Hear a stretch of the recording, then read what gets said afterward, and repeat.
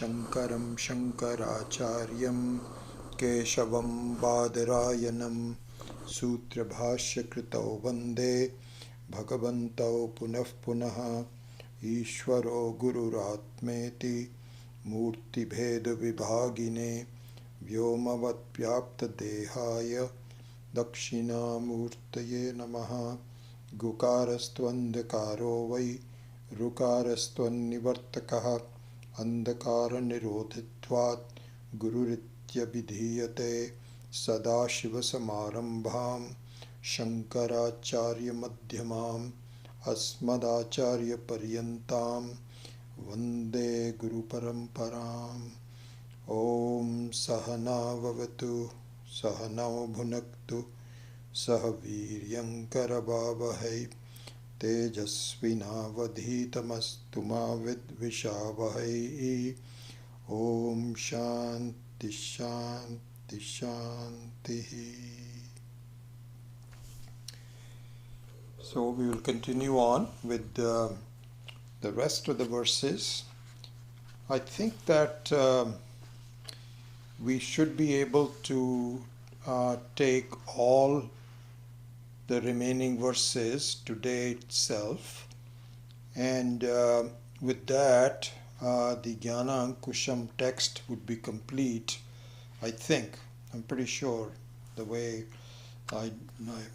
I'm planning to complete the remaining verses, number 20 to 24, and number 25 is just a summary, a prayer verse saying that if you can understand this, it will be really helpful to you. So there's no new message per se.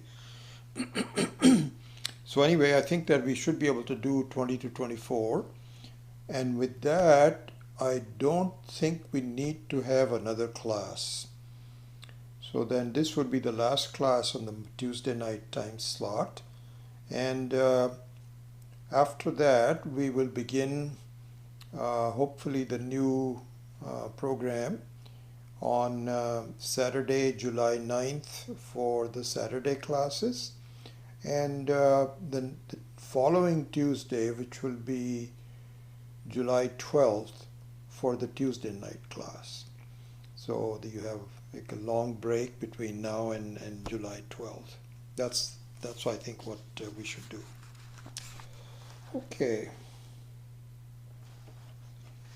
So let's go to verse number 20.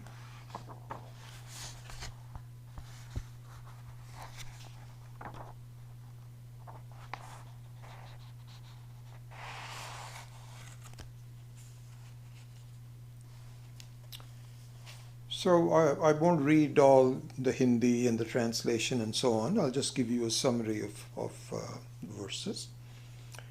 So here it says that suppose you have a friend who has been quite friendly to you. Both of you have been quite friendly to each other all in your life, and we've had good relationships and so on. But suddenly there was something came between you, and the person spoke badly about you. So I think part of this Gyanankusham, remember we had been talking about when somebody on your face says something to you and so on. But I think equally applicable, probably more applicable, is the fact that many of our so-called friends and acquaintances speak badly about us behind our back. We don't have a confrontation. I mean, it can be both ways. You can have a confrontation, and so many of the same principles that we have studied apply to a direct face-to-face confrontation, and perhaps even a physical problem and so on. But more likely what we are going to face is someone who you trust them to speak well of you because you had a good relationship with them, But then for some reason they criticize you, and those things happen. There's jealousy, and then there is all kinds of issues. That's just too much to go into. But in any case, what happens is, so this is what is called Ninda. So Ninda means criticism behind your back. They call to somebody and say, this guy, he thinks what he's doing, but he's not that good, really, if you ask me. Some kind of a criticism, various kinds and so on. So here the question is, when that happens, and suppose you get word of it through some third party that this spoken, I thought you were friends with him and he was speaking against you. Why? What's going on? So that comes as a disappointment to you. You didn't expect that from a friend. Why does that happen? So this is the main topic of verse number 20. And here, this is a very important lesson for us. There's several lessons that we will draw. I think we'll summarize it at the end. One of the lessons is, for a Vedantin, you cannot think only in terms of this life. That is too short a time period. We have to become aware of the fact that this has been going on for a long, which is a fact. Whether you see it or not, it is a fact that this is a long journey with multiple lives. And your way of looking at things, as everything has to be packaged and resolved in this life itself, is faulty. So by this sense, we can assume that it must have happened in the past life. I must have done something to that person, because there's no error in all of this, This is the basic premise which we all have, that Ishvara's laws of karma and karmapala are just perfect. So there's nothing, you cannot say, oh, maybe he forgot, maybe he pointed it to the wrong person. No. Anyway, so Swami Maheshananji made a very beautiful point, really, is all these things are useful. He says this is what is called arthapatti. For a long time I didn't really quite get the sense of what arthapatti is, and it's taken me all those years and study from various masters and so on, and again clarified very well with Swami Maheshananji. Or what arthapatti means, to arthapatti, Swami Dayananji used to say that arthapatti is a multi-level inference. That was his usual way of explaining arthapatti. And I didn't get much out of that. Maybe you may be different, but to see this as a multi-level inference was not really convincing to me. Okay, there was an example given by Swami Paramatmananda, which I think on the Brahma Sutra I gave that example, and then several references to it by Swami Maheshananji finally has given me a very good idea of what arthapatti is. Because the other means of knowledge are very clear, which is pratyaksha, anumanam, and then shabda pramanam, and upama, and anupalabdhi. All those are clear. This arthapatti used to really not be very clear to me, but now I think it is. And I will recall that example that Swami Paramatmananda gave from somewhere He also had borrowed it from some other master, I don't know who. Remember the example we gave that suppose you got up in the morning and you had a nice sleep during the night, and when you went to bed, there was not a trace of rain anywhere. The ground was completely dry. And this happens sometimes. You get up in the morning, there is no rain, but the ground is extremely wet. So if you're looking at a non-paved road in the villages or in some of the smaller towns where it is dirt roads and so on, that whole area has become very muddy. So you say, oh my gosh, what happened? So, sometimes you have these street people that spray water so that it stays a little non-dusty. But that spray is not that voluminous. But this flood-like situation can only happen if Ishvara provided rain for a short time. Rain. The volume of rain is just incredible. Just incredible. How much rain, if you just look at outside, what a wonder it is. How much rain can be given by Ishvara. Anyway, so this is what happens. So this is Arthapati. Arthapati means your effect is known to you. And by the way, I'm sorry, this was another example that Swami Dhananji used to give, which was actually convincing.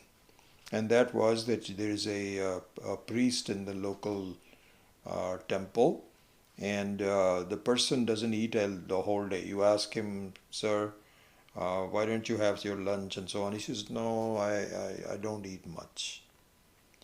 But he is 200 pounds and his stomach is bulging and there is fat all over his body. How can he exist without eating? So you must assume that when he goes home, he makes it a big meal. And before he comes to the temple and after he leaves the temple, he must eat. Because during the temple hours, he doesn't appear to eat any. So that's another Arthapati. So the postulation, I think that's a normal translation of the word Arthapati. The postulation is that you know the effect, you don't know the cause, but you can estimate the cause. It is different from inference because in inference you could see both Karana and Karya directly. I'm just going into too much detail. I got to go back to this. Anyway, so this is Arthapati. So the Arthapati is that if your friend behaves suddenly badly towards you, unjustified, you really don't recall doing anything bad to him and so on, then you can only assume that it is from your past life. Anyway, one of the lessons I think that permeates Gyanankusham is that the period of time where you have to consider all these actions is not just this life. Remember there was another example where you say that where he said that you why did this person do something badly to you? Because you were born. Because if you really had done, this is what Adi Shankara and everybody else says, that if you had done the proper prayers in your previous life, you would not be suffering through this life. But really a mistake on our part, really speaking. We have to view it that way. I mean, in the beginning it looks very strange, but that is the fact. So this is the example of number 20. So what are the side effects so the whole idea of Gyanankusham is that That's the overall idea, that because of your wrong thinking and not approaching with the right attitude, you absorb a lot of problems onto yourself. And absorbing the problem onto yourself means that you disturb the journey towards a peaceful resolution of the Atma Jnanam. You disturb it. And how to make sure that it's kind of like, if you're boxing, how to make sure that all of these blows towards your head are glancing blows that don't really fell you. This is what the whole thing is all about. How not to lose your peacefulness. This is the whole idea. So these are all ways to do so. And one of the side ways of number 20 is that one of the side benefits, or not sideways, but one of the side benefits of this sudden criticism by a good friend of yours is that you had a wrong assumption that there are people that really like me, and I like people, and I really want to be with them, and everything is okay in life. So this is, and you talk about raga and dvesha, this is a raga. Just like you have a raga towards a grandson or a granddaughter, this also is another raga, that I have good friends. I have a lot of friends. And the people say this. People say this. I find a very strange habit of mine, honestly. I have no idea what prompted it. When I leave something, I never go back to them. I have 0 high school friends, 0 college friends, 0 friends from IBM, very few from Hewlett Packard who are still around, and so on. And it's not that I don't like it or anything, but somehow I just leave them and I just go on to the next point. That's it. Same thing, I've been teaching Vedanta for so long. I've had several hundred students. I don't remember their names. They're gone. If I don't see them, I don't remember them. So I suppose it's a good quality. I don't know. My wife keeps telling me, you don't have any friends, you don't have any friends. I don't miss them. I'm happy with my study and so on. And if I see them, it's not as though I will turn them around. I'm very happy to see them. But I don't keep seeking people and saying, how are you? Haven't talked to you for a while, this, that, or the other. So it's one of the things that is the side benefit of this incidence where someone spoke badly of you, is the fact that you start to have vairagya towards other friends. My gosh, friends I thought they were something very attractive, but they can act like this. I'm not so sure. This is one of the side benefits of doing. The whole idea in life is to have vairagya, to be happy without any conditions. If you have friends, fine. If you don't have friends, better. Fine. This is the status that we have to go through. Instead, what we say, no. I was talking to my sister, several years back, and this is true for really many of the people.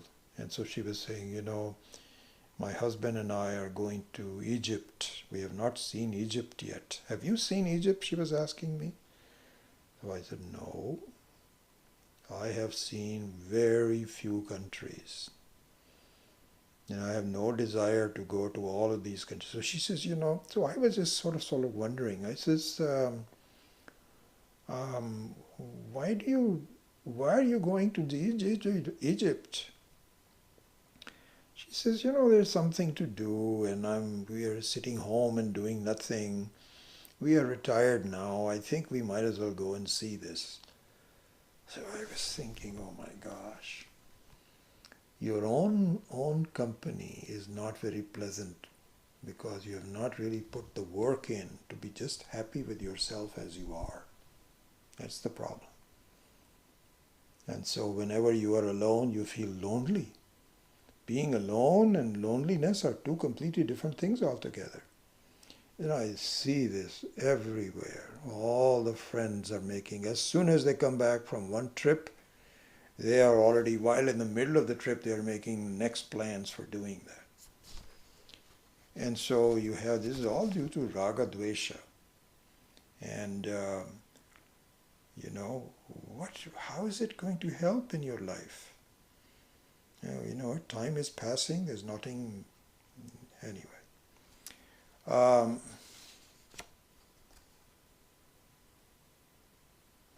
Anyway, that's number 20. I think I little bit took more time than I intended to do that. I have a lot more to do. So that's number 20. Let's go to number 21.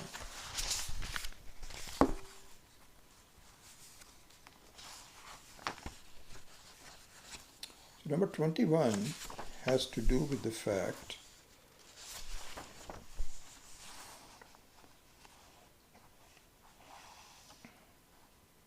no, this is 22, sorry. Number 21 has to say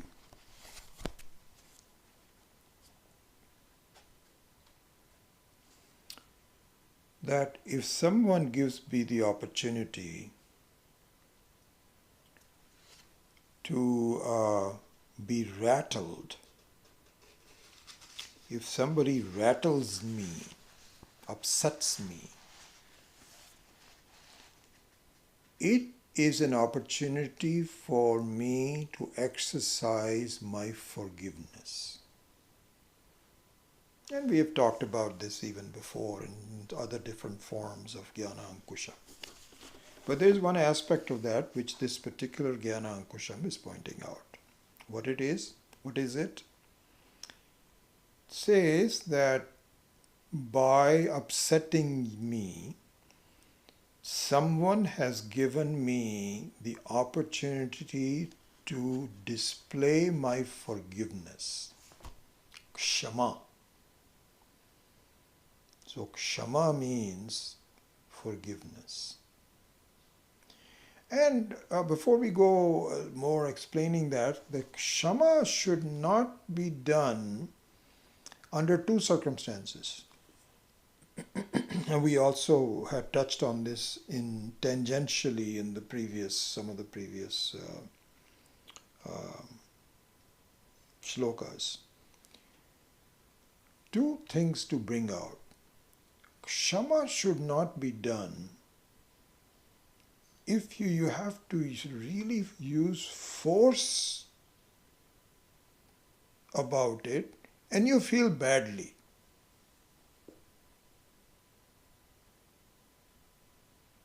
You say, this is what happens. This happens to the children. When something happens, a child, for example, snatches a favorite toy from another child, and the other child starts to howl and say, "Oh, that person, he took my toy. What are you talking about? Give it back to me." And so the mother has to say, this is not your toy. This belongs to the other one. And all these ideas are not very clear to the child. Whose toy it is? I see a toy and I'm just grabbing it. So the mother has to say, no, baby, this is not your toy. This is that person's toy. Give it back to him and say sorry. Say sorry. The child is now bewildered. First of all, you're taking that toy away from me. And on top of that, you are asking me to say something. I don't understand why. So he just did. And then, so the parents are very upset. Say sorry. So finally, he stumbles out and says sorry. And so, Swami Maheshan's point on this Gyanankusham is that if this is the way you're going to do kshama, this is not right, because you're forcing yourself to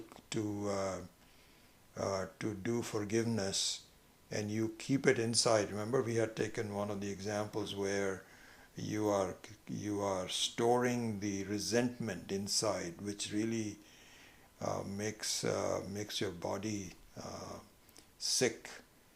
And so this is not the way to do that Shama. And it's very possible that you may do that initially, but as you learn the language of this whole thing, then the Kshama should be an advantage to you. It isn't until you see that giving forgiveness is an advantage to you, you should not do Shama. And I'll come back to you how it is an advantage to you in 1 minute. The other condition is that supposing the other person is much stronger than you and he physically intimidates you, you cannot say that this is a Kshama, because you have no choice. You have to bend in front of this monster of a person who is so much bigger than you are. Flexes his shoulders on and say, what can you do? You are just a normal puny person. That is not Kshama. Kshama would be if there is a helpless person who had bothered you and you can really hit back or something, but you don't. That is Kshama. So now the question is, how is this a benefit to me? So the ability to do Kshama, forgiveness, is considered to be a bhushanam. Bhushanam means an ornament.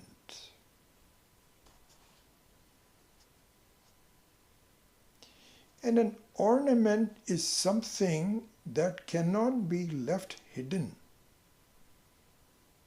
An ornament that you wear that is not visible to others is not really the true use of the word ornament should be visible.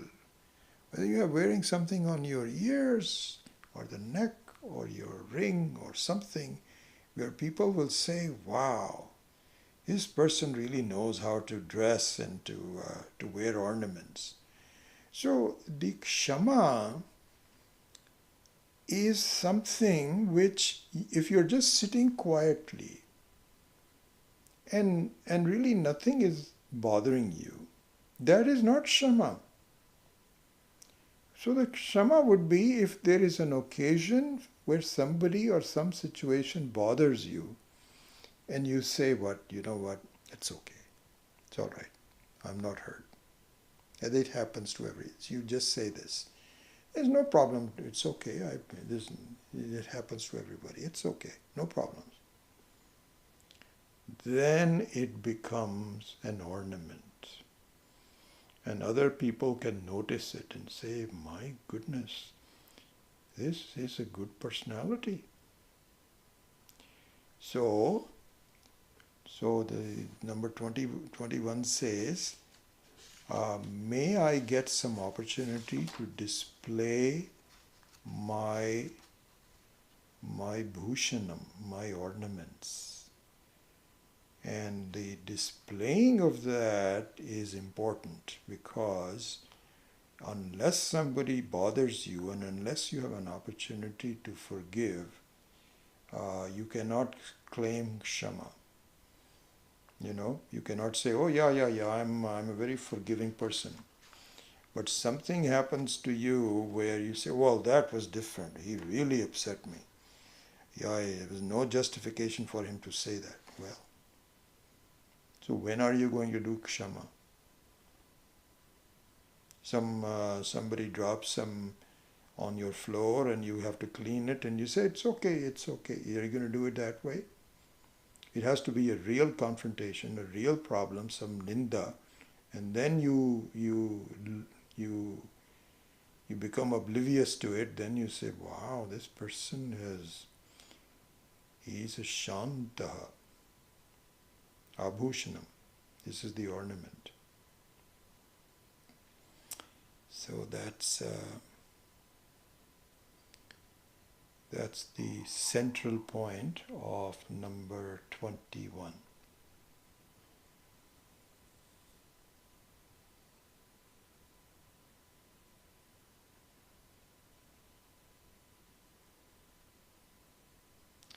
So the the test for the effectiveness of Shama is that after this episode where something upset you and you were able to rise above it, you feel good about it. You feel good about yourself. Really, it's the ornamentation that we talked about, the fact that it is displayed and and all that. Yeah, in Vyavaharika Sat, in Vyavahara, it may be that, especially when ladies go out to big parties, they want to make sure that they have all the ornaments that should be wearable. My wife's mother, for example, has presented her with, my wife is just a totally wonderful person. She does not really wear any jewelry or anything like this. But her mother is very upset. Why don't you wear jewelry? So sometimes if she has to go with her mother, she has to take them out and then she somehow wears it. So it's not as though that she's trying to impress anybody. And so here also the Shama is not for impressing anyone except for yourself. Because if you do not have forgiveness, if you get rattled easily, people are like or don't like, that's a separate thing. Your own self-estimation and self-liking suffers. Why do I get upset on these things? On the other hand, if you naturally become forgiving without holding back, as we were saying, without the force of saying, oh no, I'm going to do this and so on. It's a natural one. The main advantage of that is your own self-estimation becomes better. You feel good about yourself. And you need to feel good about yourself relatively to feel good about it, to feel good about yourself absolutely. So self-acceptance is the most important objective. And so if you have if we have a degree of forgiveness, then our self-acceptance comes up at a pretty substantial level, and I feel good about it, that I'm able to do so. I'm independent. I don't have to really depend on. See, this is exactly the same thing. We keep talking about this, that Advaita doesn't mean the lack of Dvaita. Advaita doesn't mean that I don't want any problems in my life. I don't want to bother anybody, and no one should bother me. I'm okay. I just have Ishvara, just the two of us, and I don't want anything to bother me. This is not Advaita. Because first of all, you can never have this situation. Maybe for a short time, maybe a couple of days. That's it. There are going to be problems, there's going to be things and so on. That's not Advaita. So the Advaita is, despite Dvaita, you rise above it. As we saw in the other one, this is called immanence and transcendence. So you have to transcend it. So that's the meaning of the word Shama. Okay, so that was number 21. Let's go to number 22.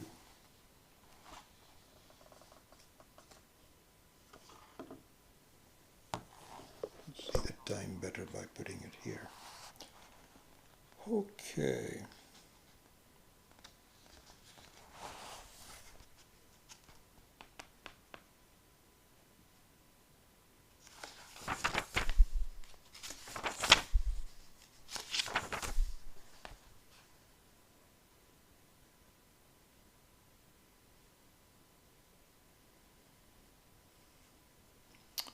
So the number 22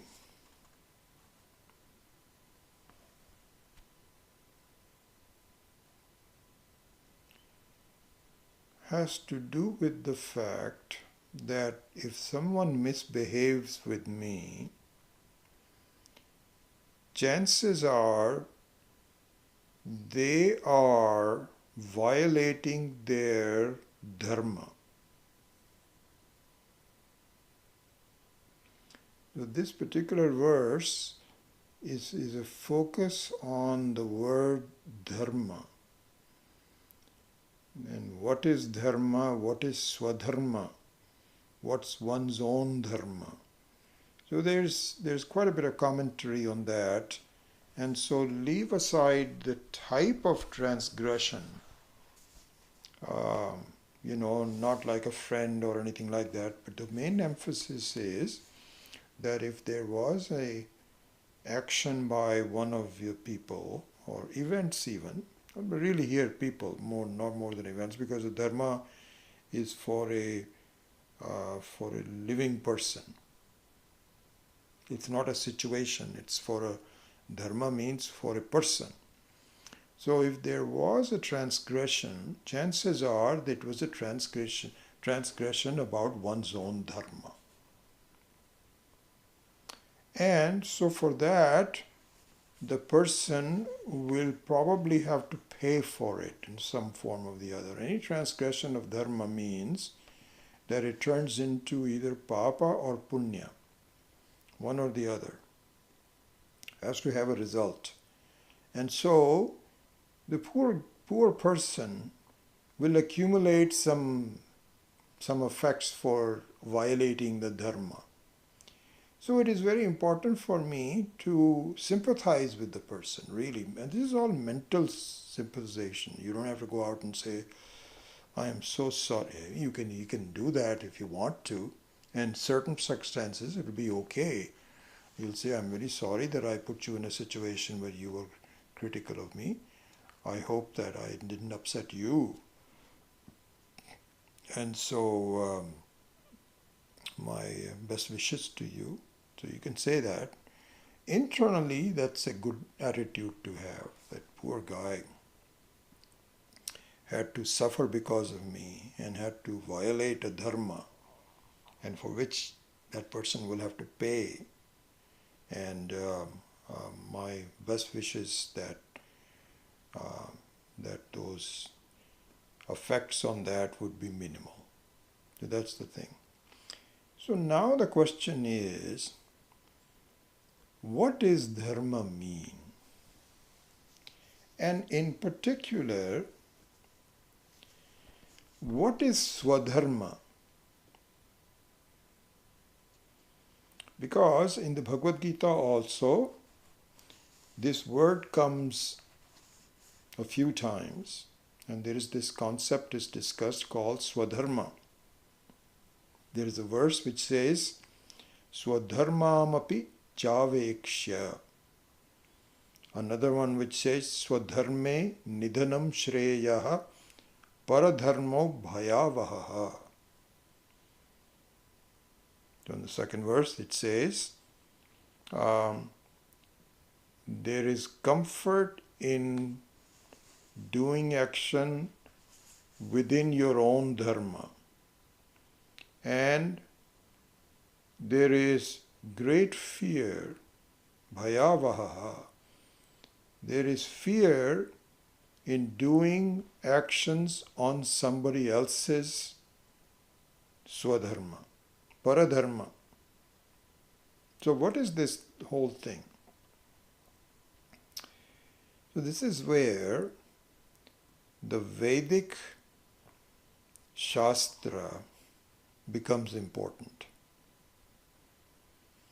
Because the Vedic Shastra says when people are born due to their samskaras in different ways, somebody is a man, somebody is a woman,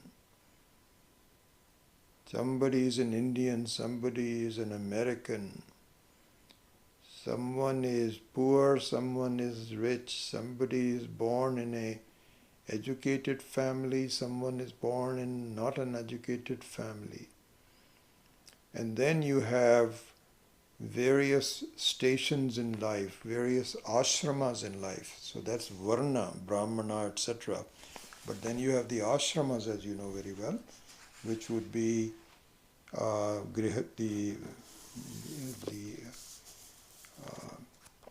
the first ashrama, the second ashrama, the three, four ashramas of the life. Brahmacharya, grihastha, vanaprastha, and sannyasa. These are the four stages of everyone's life. So you have all of these. So the Vedic Shastra says that the dharma, which means what you are supposed to do,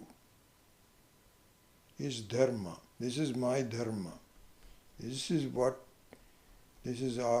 I am enjoined for. This is what I have to do. Changes due to all of these kinds of things. So first of all, every human being has a common dharma. You know, common dharma means that you have to, you cannot injure anyone. Like you don't want to be injured to yourself. You have to be kind to others. Those are very common dharmas. Whether you're born in Nigeria or you're born in Pakistan or India or whatever, those are common principles. So there is a common set of dharmas. It's not like everything is different. But on top of the common dharmas, there are some special dharmas that only apply to your situation in life. And they also keep changing. So, for example, as the dharma of a brahmachari means a young one for the first 25 years of one's life, is not to earn money, but to learn. Yes, Swami Dayananji was very, very strong about it. I remember many of the satsangs where people will say, you know, somebody would bring their 13-year-old son in a satsang and say, Swamiji, this is my son. He's 13 years old. He works very hard. He studies, and these were the old days, not now.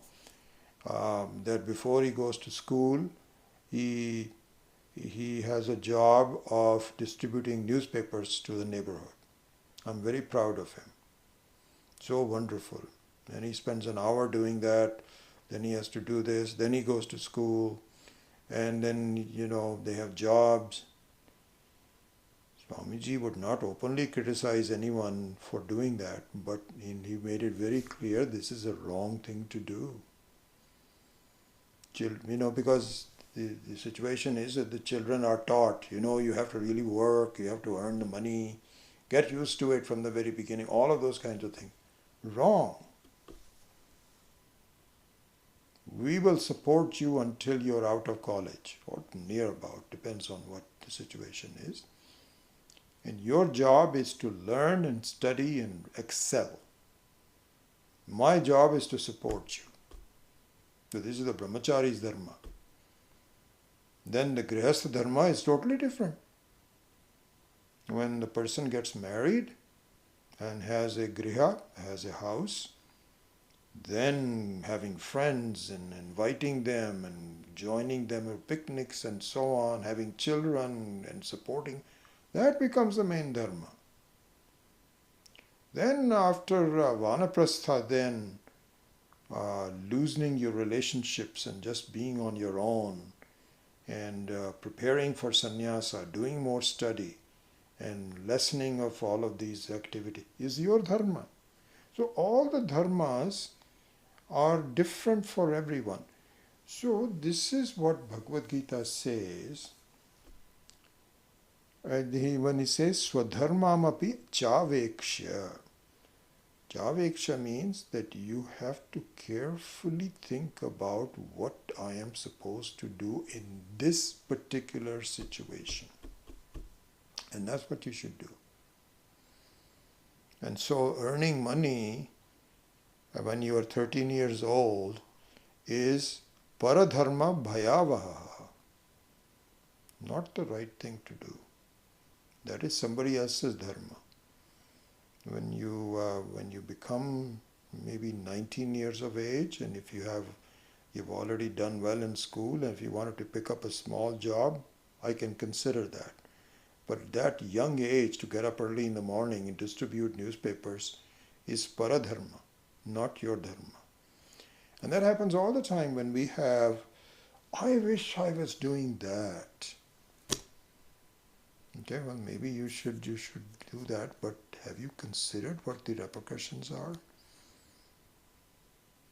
So anyway, so this is what is called Swadharma. And so the Shastra, and this can only be there. In fact, Swami Maheshananji goes as far as to say that the attainment or the execution of Swadharma is to recognize the presence of Ishvara. A very beautiful thought, I think.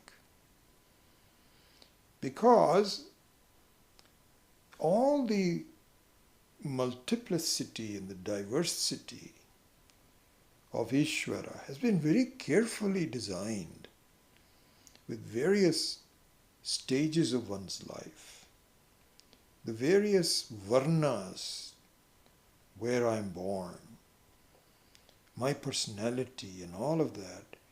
This is what constitutes a very careful exposition of the basic samskaras.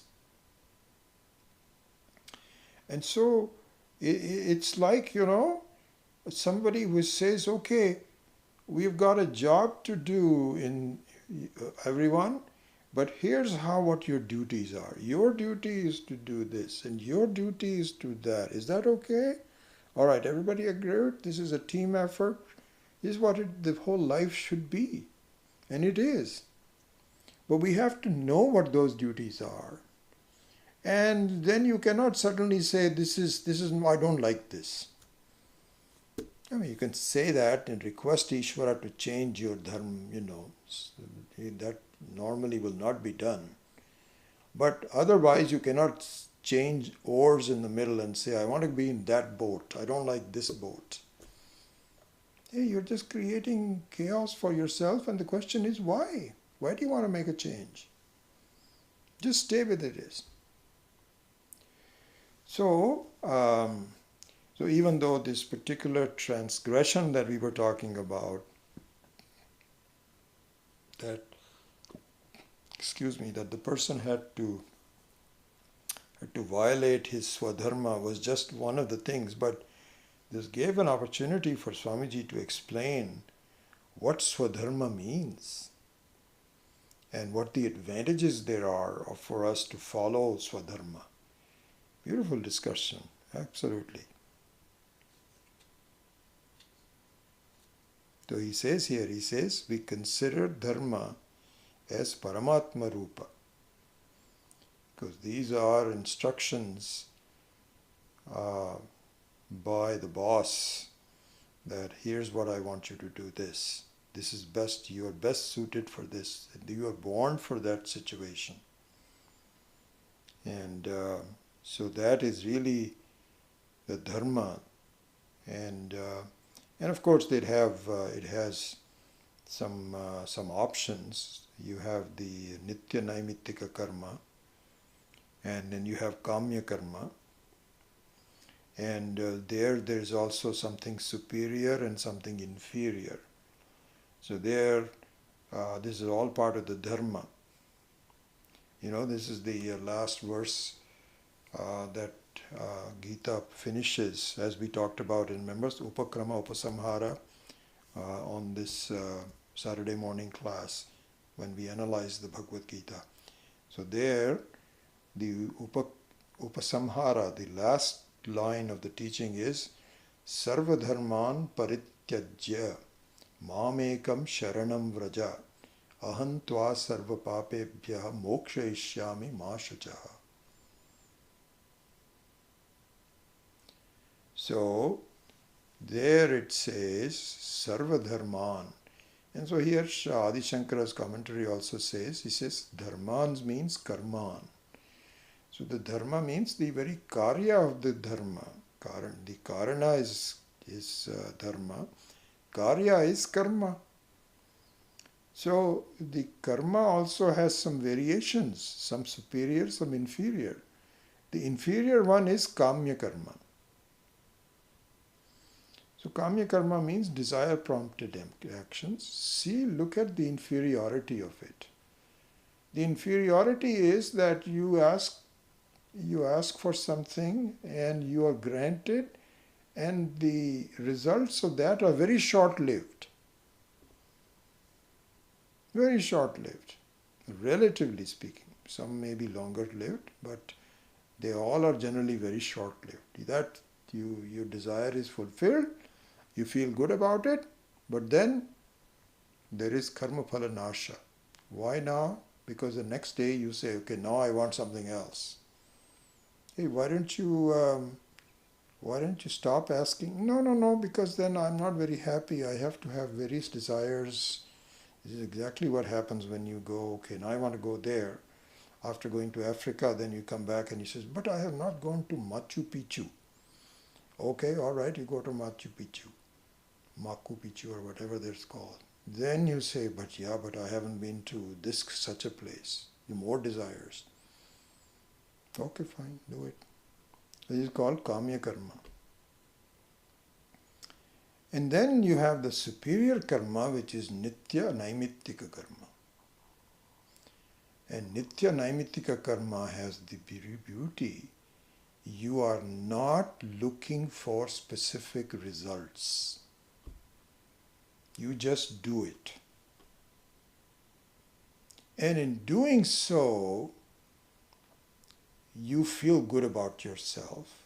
You increase your Shraddha towards Ishvara. And you look at a long-term investment in yourself, in your life, and so on. You're not looking at one thing being fulfilled after another, etc.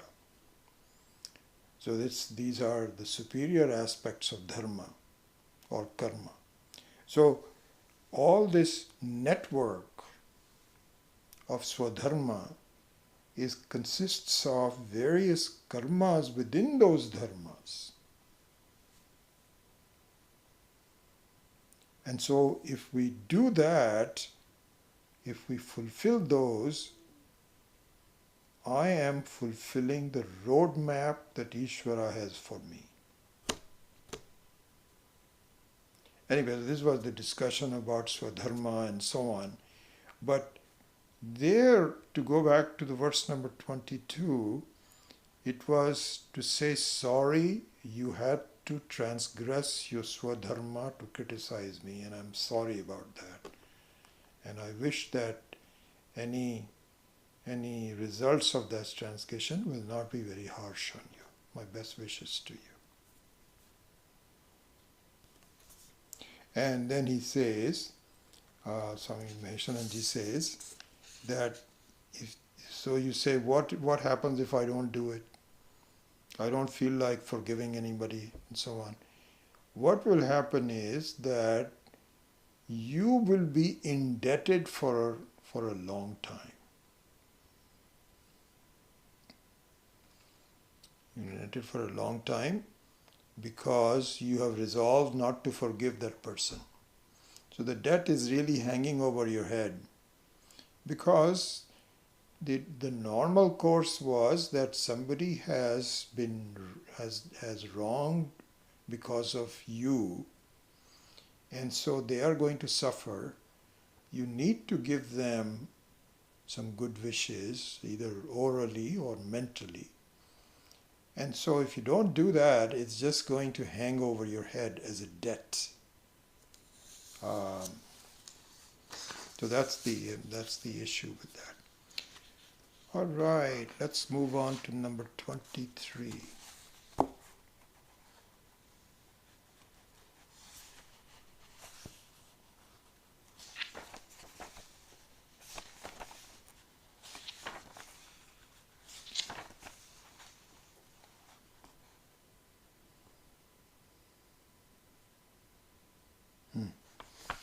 Interesting. So he says, so this has to do with what is called Deenata. Deena. So the word Deena is a very interesting one. It's a Sanskrit word Deena. And some of the translation in Hindi, for example, Deena would mean poor. But here, the word Dainya, the quality of being Deena or Deenata.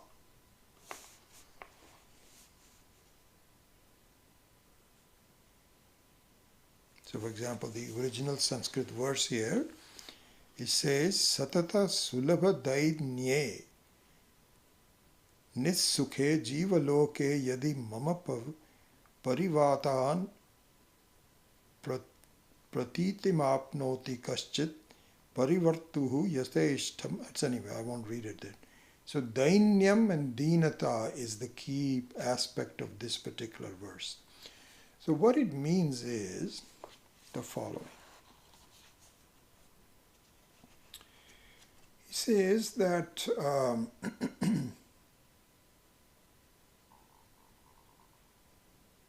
let me read the Hindi and then I'll translate the whole sentence. He says, Deenata jahan sulabh hai, ऐसे सुखहीन संसार में. So I'll translate as I go along.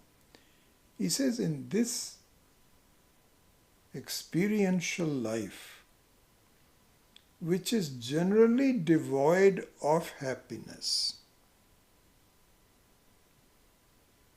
and because of which the sense of deenata, which I'll explain a little bit later on, is widespread because of the lack of happiness in this samsara. Deenata is very widespread, easily is there all the time. Deenata jahan sulabh hai. Sulabh means easily available. You don't have to work for it, it's there. Aise sukhhin sansar mein, in that samsara, in that experiential life, अगर मेरी निंदा से कोई सुख पाता है, मेरे मुख पर या पीठ के पीछे. He says, in this samsara, which is generally devoid of happiness, if someone feels good about himself by doing a criticism of me either on my face or behind my back, जैसे चाहे निंदा करे, whatever he wants to do, क्योंकि दुख बहुल जगत में सुख का मौका दुर्लभ है. So he says that in this life, which is full of misery, it is, your occasions to feel good are very few. So if by criticizing me, if somebody has a few moments of feeling good, see, this is the interesting thing about Ninda, if we can just go back to it.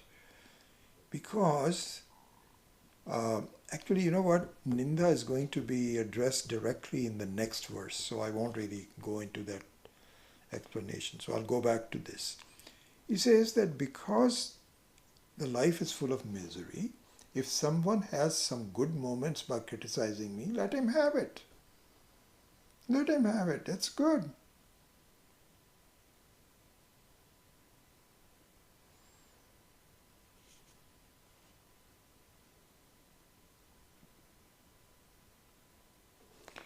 So here, now let us go to the understanding of the word Ninda. Ninda means, sorry, not Ninda, we've already done Ninda, I apologize. About Deenata, Deenam, Dainyam.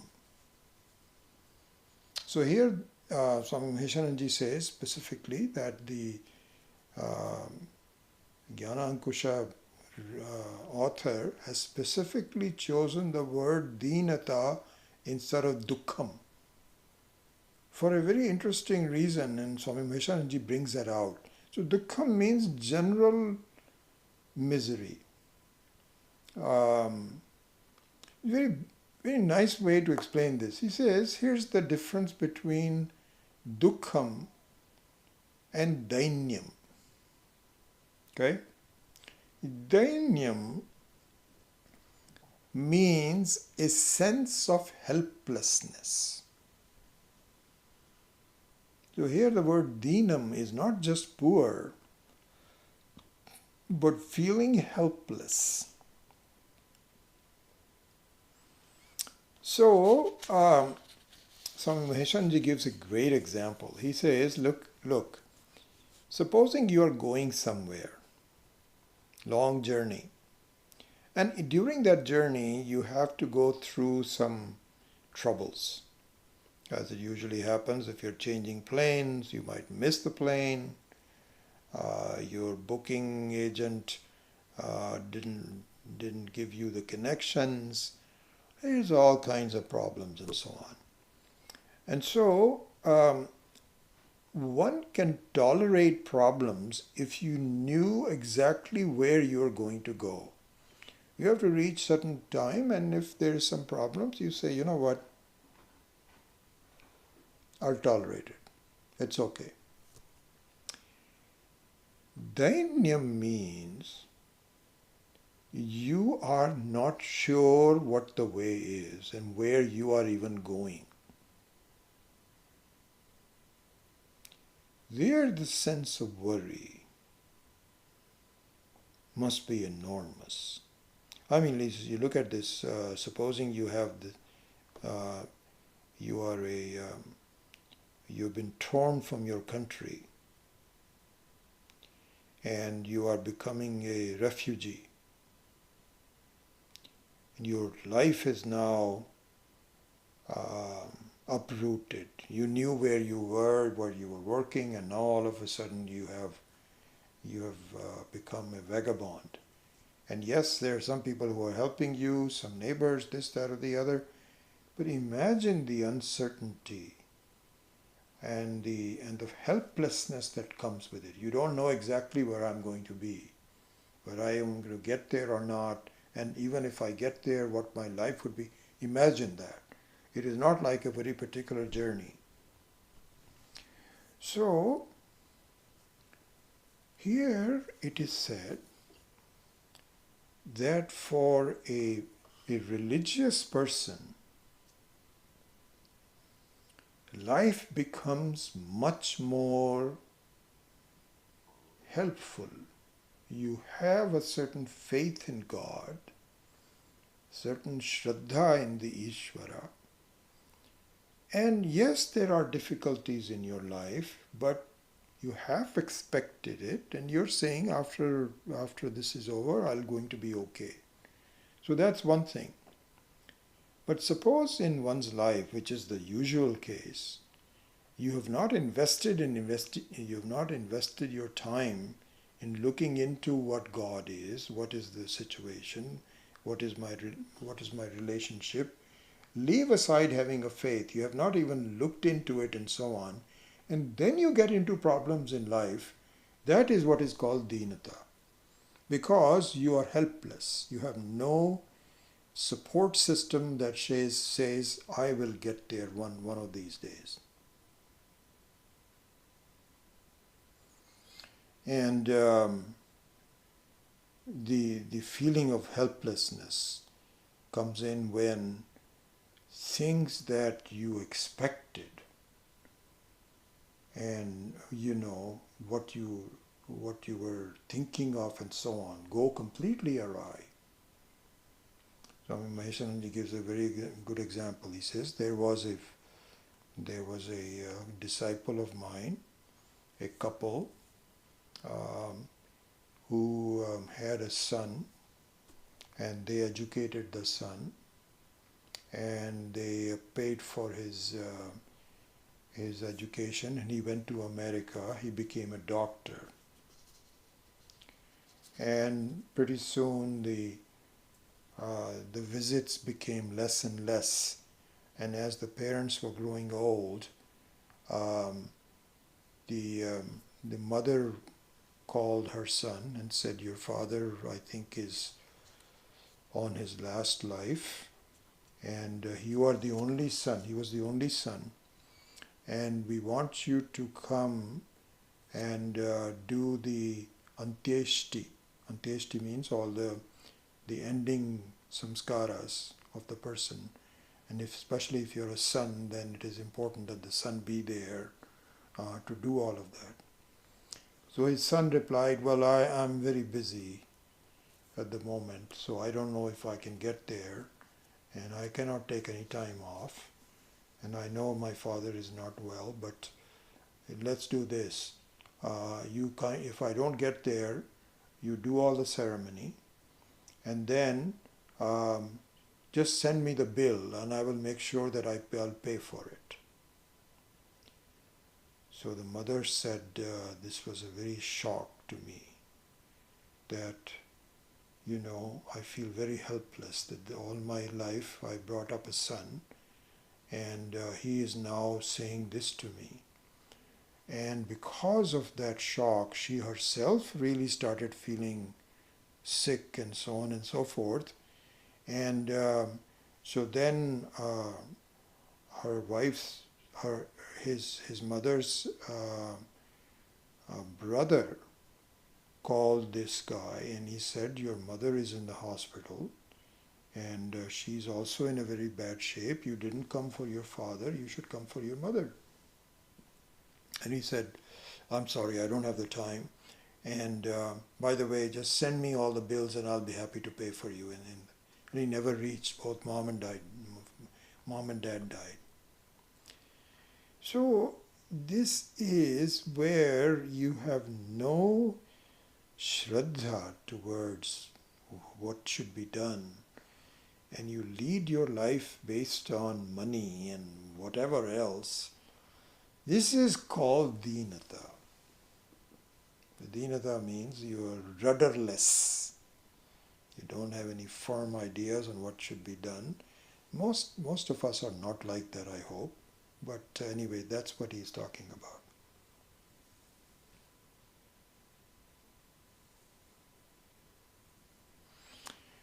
So, this, in summary, verse number 23 has to do with the fact that this life is full of misery, full of dhinata, and especially if a person who criticized me out of his own Swadharma probably does not have a sense of belonging to Ishvara. So that means that he has dainyam, he has dhinata also. He must be helpless. And I'm sorry for him. And I must make sure that I make amends to him. So that's what that verse number 23 was about. All right, let's go to the last verse, and I think that with that we will be completing our journey of this wonderful text.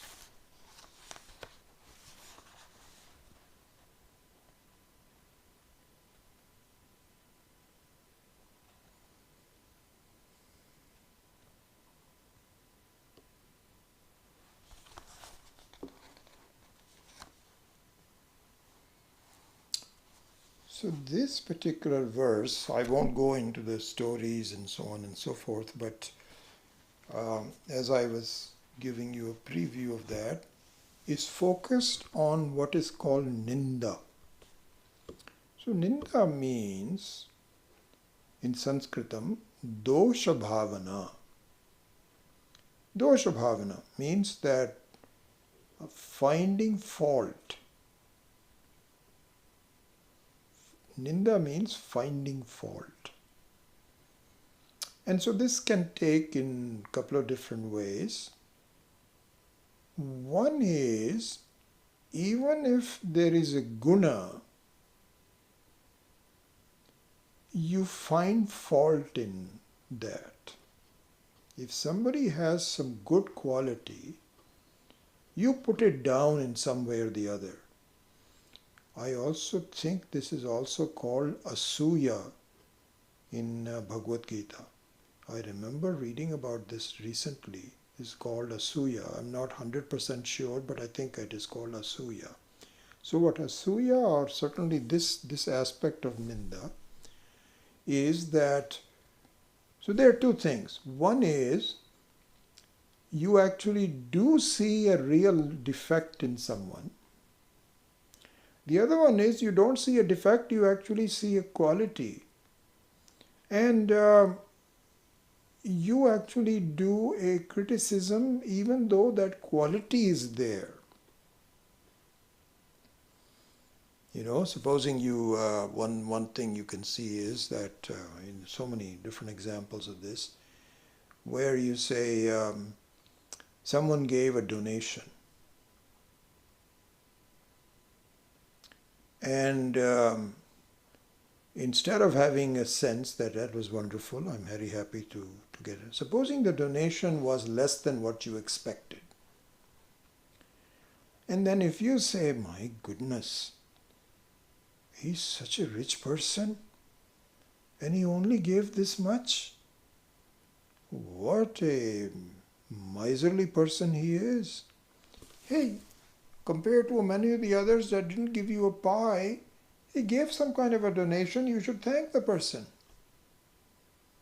But you find defect in it. You expected for this, if a person is this rich, then you must give this much. If it's this rich, then you give this much.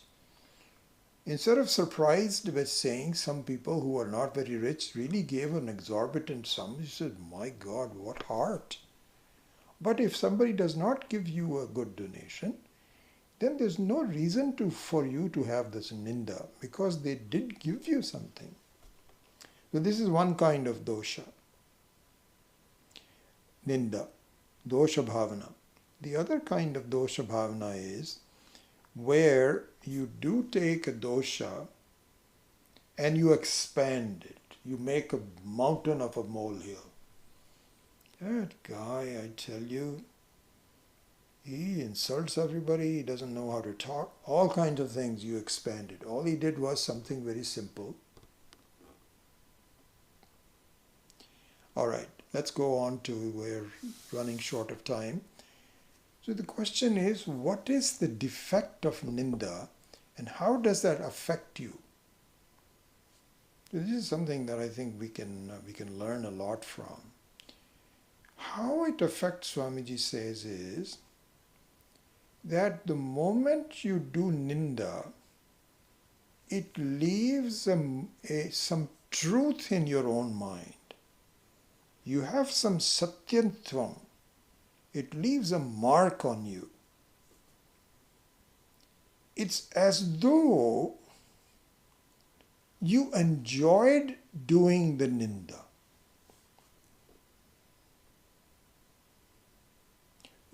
In fact, he goes in to say that you superimposed satyatvam on the ninda.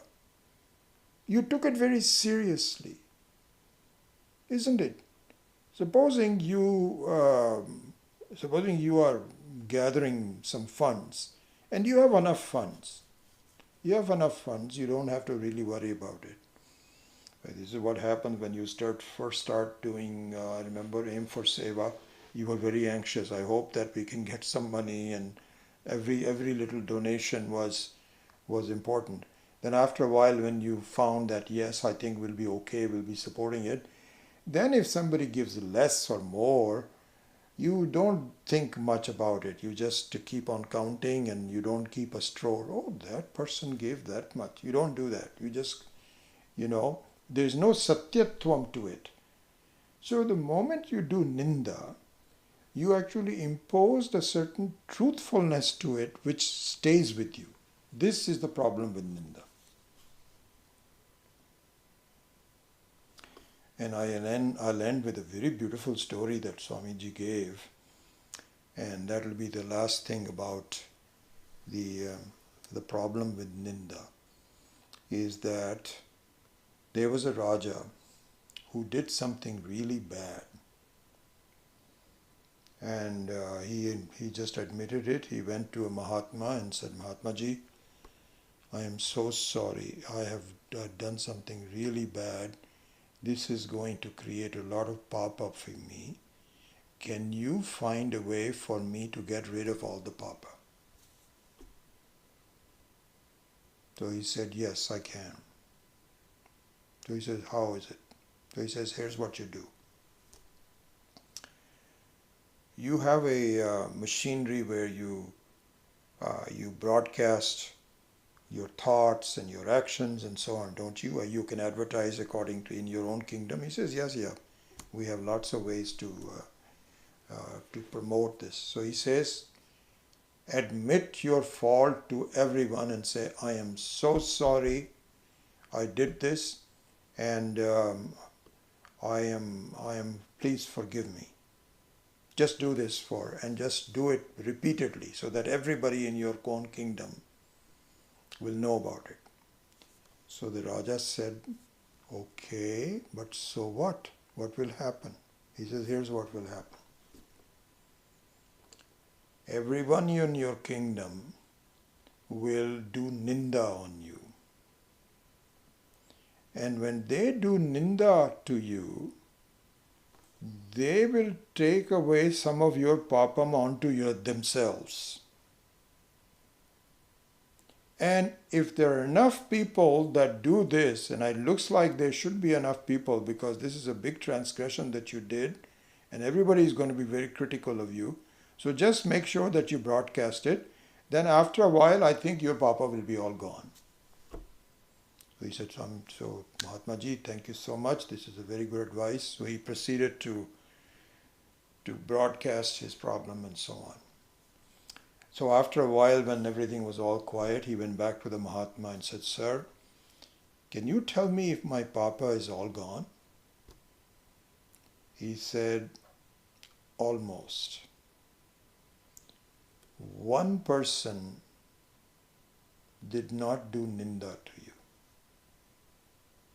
And that person, I'm just closing my eyes, it's that person who lives in house number such and such through his magical powers. This is just a story. You go to him.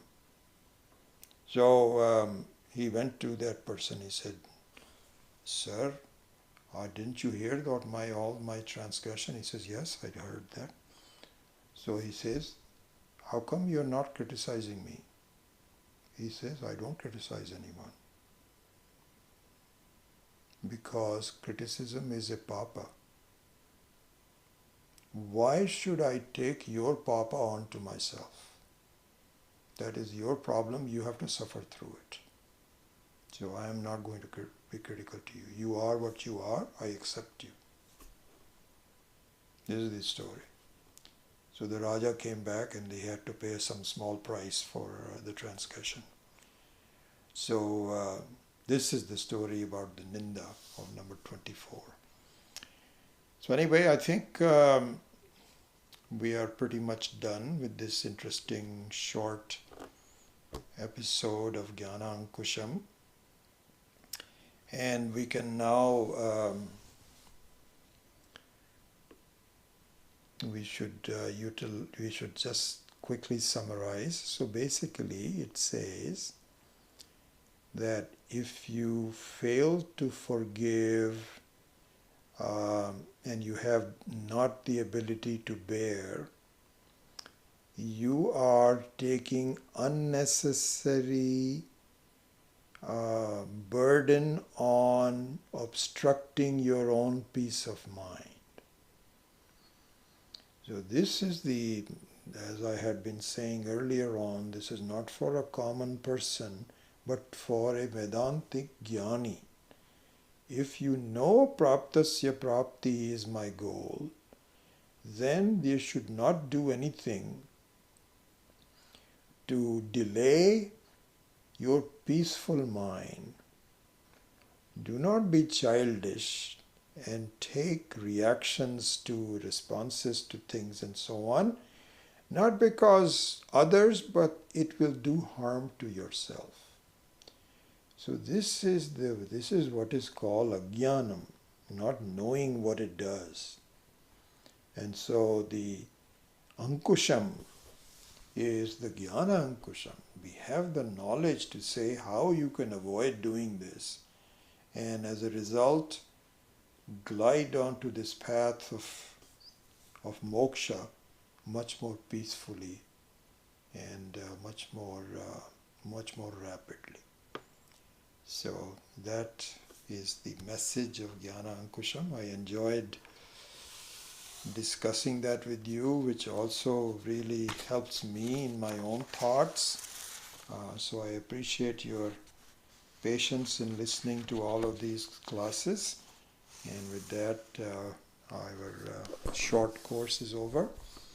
And then we will begin something else. I don't know what yet, on July the 12th.